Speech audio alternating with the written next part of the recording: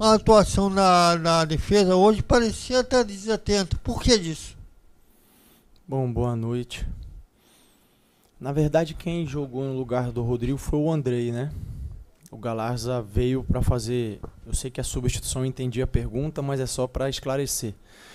Quem jogou mais centralizado como primeiro foi o Andrei. É uma função que ele já havia feito no Vasco, na seleção e tudo mais. A ideia era a gente ganhar um pouco mais de passe, um pouco mais de consistência na circulação com ele.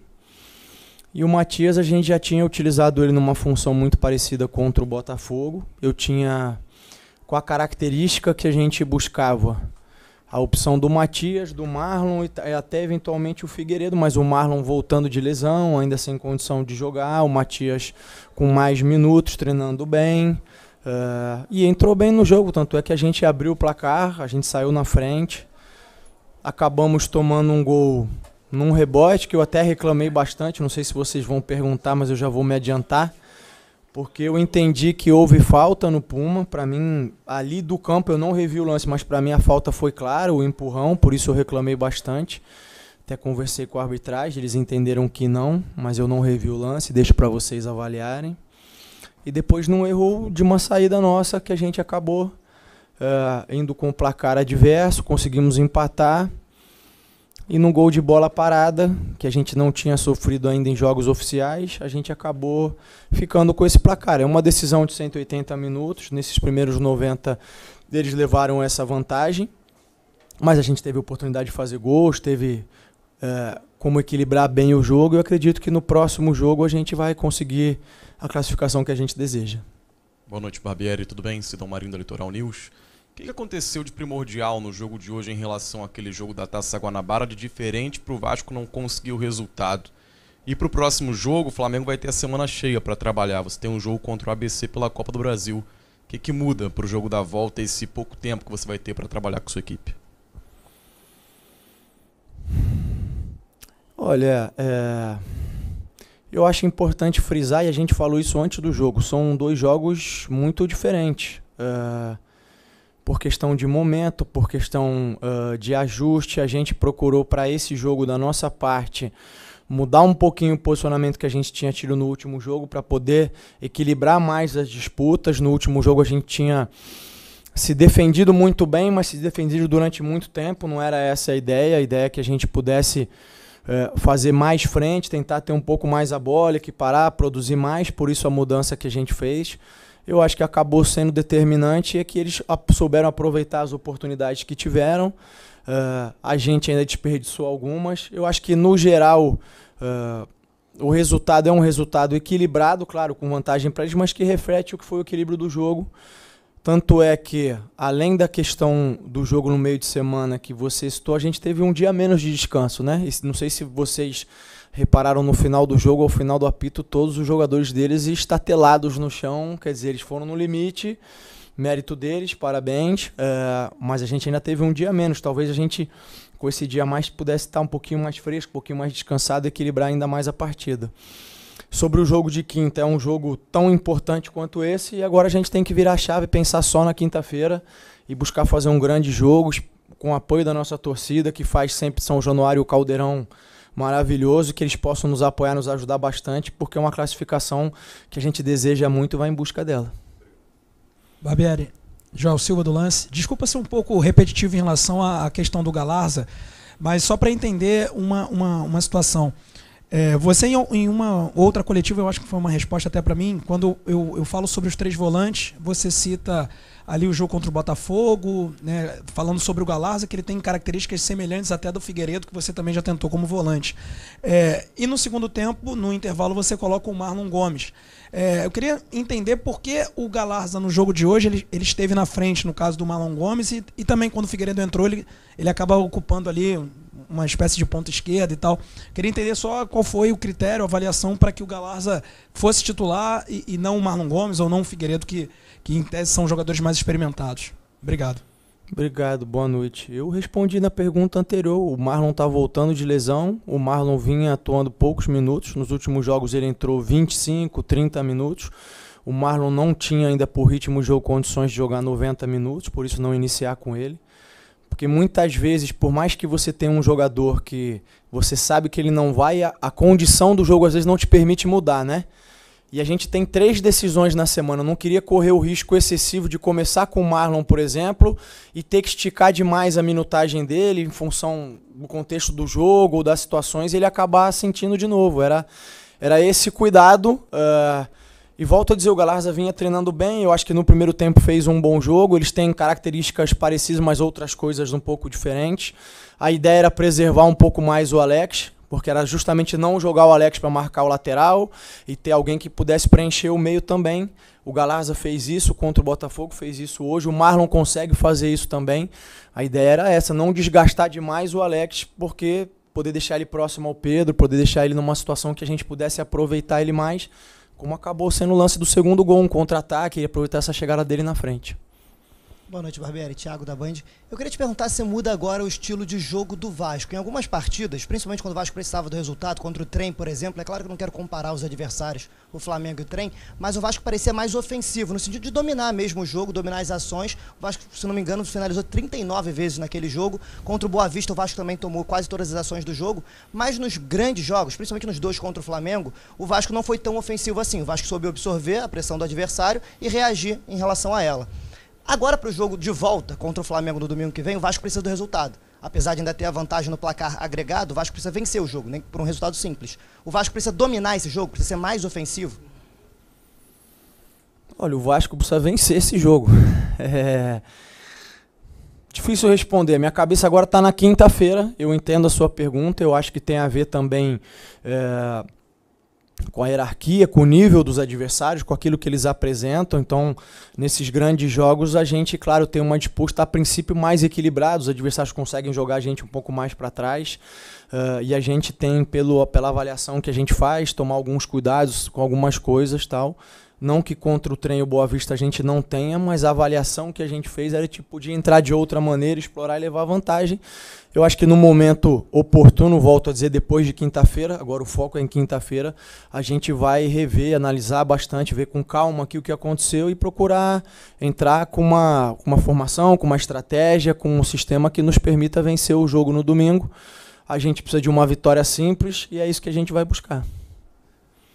Boa noite, Maicon Ribas aqui do Esporte Ribas e Cariocado. Eu gostaria de saber de você, o Vasco chegou a fazer um bom jogo, equilibrou o jogo com o Flamengo, apesar de ele saiu na frente, acabou tendo o empate, mas gostaria de saber de você o que foi primordial ali naquele lance do erro de passe. Aquilo ali já é uma orientação sua de sair jogando ele dentro da área. O que esse lance afetou no resultado e na reação da equipe, e como que foi a reação do Capasso depois da partida? Ele chegou a ter alguma reação estranha, alguma coisa aconteceu por ele ter errado aquele passe ali? O que esse lance pode ter interferido na partida, já que o Vasco estava até bem? Eu acho que o lance interferiu porque acabou sendo um lance decisivo. A ideia não é que a gente saia jogando sob qualquer risco, né? É claro que a gente também não pode abrir mão e só sair jogando longo, tal. O Flamengo tinha uma maneira de marcar que oferecia alguns espaços, não era esse espaço. A gente acha que o Capasso acabou tomando uma decisão errada. Eu não conversei com ele agora depois do jogo, eu vi que ele sentiu bastante no momento. E o que eu fiz foi pedir tranquilidade à equipe, por isso, pela questão que eu já citei, são 180 minutos, a gente não podia era se desequilibrar ou se desestabilizar emocionalmente, né, e sair com tudo e jogar tudo por água abaixo.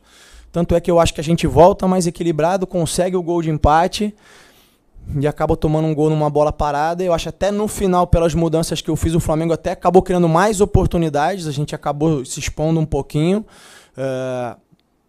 Poderia até ter sido diferente o resultado.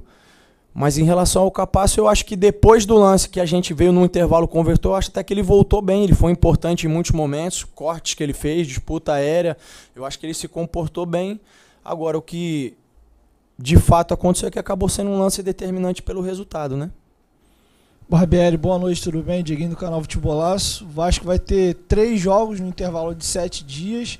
Você pensa em algum time alternativo para o jogo de quinta-feira, meio mesclado, pensando um pouco na questão física para o jogo de domingo, que deve ser mais um jogo muito desgastante, muito intenso? E queria que você falasse do ponto de vista do Rodrigo. O Rodrigo vem sendo um dos melhores jogadores do Vasco na temporada. Fez um grande jogo contra o Flamengo. Teve até a brincadeira de que ele colocou o Arrascaeta no bolso. Eu senti que o Vasco perdeu um pouco o meio campo. O Andrei ficou muito longe do gol. Não que ele não jogue de primeiro homem. Você até colocou ele assim no jogo contra o próprio Flamengo em um dado momento no segundo tempo. Mas não sei se a tentativa do Galarza foi, como você mesmo falou, descansar o Alex, fechar o fundo. Mas você, vendo depois do que aconteceu, você não acha que o Vasco acabou perdendo um pouco o meio? E eu não entendi muito a hierarquia também, porque o Barros é um jogador que joga mais de segundo e o Rodrigo vinha muito bem. Queria que você já explicou do ponto de vista do Galarza, queria que você falasse do ponto de vista por parte do Rodrigo, né, questão da parte física. Obrigado. Obrigado.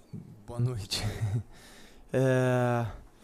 Não, eu entendo, eu acho que o Rodrigo tem essa característica de ser alguém de bastante marcação, de fechar bastante espaço, mas volto a dizer, o Andrei tem uma característica um pouco diferente, que é alguém que consegue participar e ajudar mais na construção, na circulação. Essa que era a ideia com o Andrei. Eu não achei que no primeiro tempo eles tiveram espaço por dentro, até não lembro de situações que eles tenham criado no primeiro tempo jogando por dentro. Foram mais situações por fora, até o primeiro gol deles acabou sendo um cruzamento aqui na lateral, o segundo gol foi um erro nosso, não lembro de situações que eles acabaram entrando lá. O Barros, em relação ao Galarza, que o Galarza tinha a função de preencher esse espaço com bola e depois abrir para jogar. E é uma situação que não encaixa com a característica do Barros de depois abrir para jogar aberto. O Galarza consegue fazer isso, consegue fechar, depois consegue abrir para jogar. Foi por isso. Quem consegue fazer isso é o Marlon, como eu citei, que entrou no intervalo. O Figueiredo também pode fazer isso. Mas como eu citei anteriormente, o Galarza vinha numa condição e com um ritmo de jogo melhor do que os dois pelo tempo que eles tiveram parados. Foi uma opção para o jogo, como eu fiz nos outros clássicos, opções. Eu acho que hoje eu não posso colocar o resultado na conta dessa opção. Sem dúvida nenhuma, tem uma contribuição, como vários outros fatores têm contribuição. E o papel agora é a gente sentar, analisar com calma, entender efetivamente tudo o que aconteceu, onde a gente pode melhorar, como a gente pode, no próximo confronto, ser uma equipe ainda mais competitiva e melhor para buscar a vitória que a gente quer. Tem a possibilidade de um time alternativo? Eu não usaria essa palavra. Eu acho que tem possibilidade de mudança, sim, a gente avaliando, entendendo quem tem melhores condições para jogar. Mas isso eu só vou conseguir responder ou ter ideia disso na quarta-feira. Amanhã está todo mundo ainda muito cansado do jogo. Na quarta-feira a gente vai avaliar aqueles que tiveram uma recuperação melhor ou não. Preciso ver com calma o ABC, já tenho todo o material, uma ideia, mas agora é estudar o adversário e foco total até quinta-feira. Meu mundo acaba na quinta-feira. Depois de quinta-feira a gente pensa no que vai acontecer. Barbieri, boa noite. O quanto te frustra a vantagem ter mudado de lado? Não frustra. Eu acho que, volto a dizer, eu acho que é um ponto importante que a gente conquistou durante a primeira fase. Agora a gente depende de uma vitória simples. Isso é importante, isso não muda. Claro que eles reverteram no sentido de que não há mais 2 resultados, 2 empates, mas a gente depende de uma vitória simples. Eu acho que colocaram muito peso nessa vantagem e esqueceram de outras questões que nesse momento nos trazem desvantagem, que não tem nada a ver com o adversário, que é a gente ter jogado um dia depois, ter um dia menos de descanso para esse jogo, a gente ter uma decisão no meio da semana. Eu acho que isso são pontos importantes também, que no contexto geral, talvez o fato da gente ter conseguido essa possibilidade de 2 resultados equilibrou mais uma disputa que a princípio nos desfavorecia, pela sequência do calendário e por tudo. Eles conseguiram essa vitória agora, volto a dizer, a gente depende de uma vitória simples, mas foco na quinta-feira.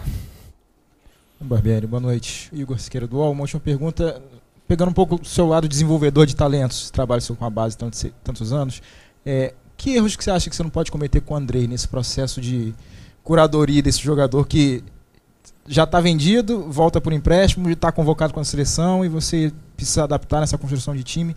O que você acha que você tem para contribuir nessa formação do Andrei e que erros você acha que você não pode cometer nesse estágio da carreira dele? Boa noite. Não sei, eu acho que é uma pergunta que eu não sei bem responder, não pensei muito sobre ela.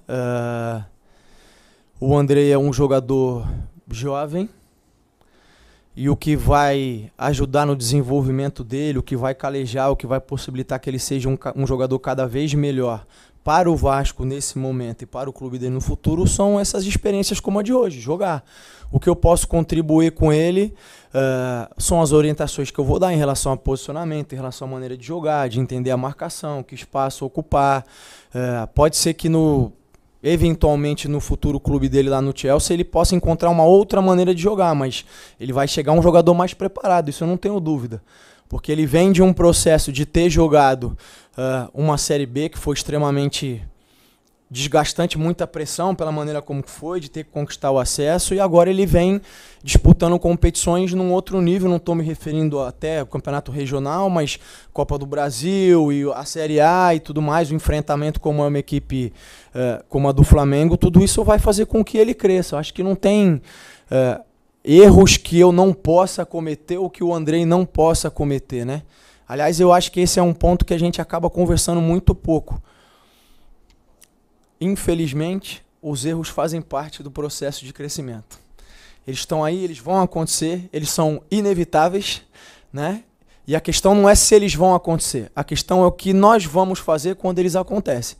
Se a gente usar como forma de aprendizado, como situações para ser ainda melhor, para se desenvolver, para crescer, para evoluir, os erros vão ser importantíssimos, né? E mesmo a gente não querendo que eles apareçam. Então é isso, faz parte. Eu acho que talvez hoje a gente tenha cometido erros que a gente não cometeu nos jogos anteriores, como foi o gol de bola parada que eu falei. A gente tem que melhorar, tem que crescer, tem que evoluir para no próximo jogo ser ainda melhor e buscar a classificação.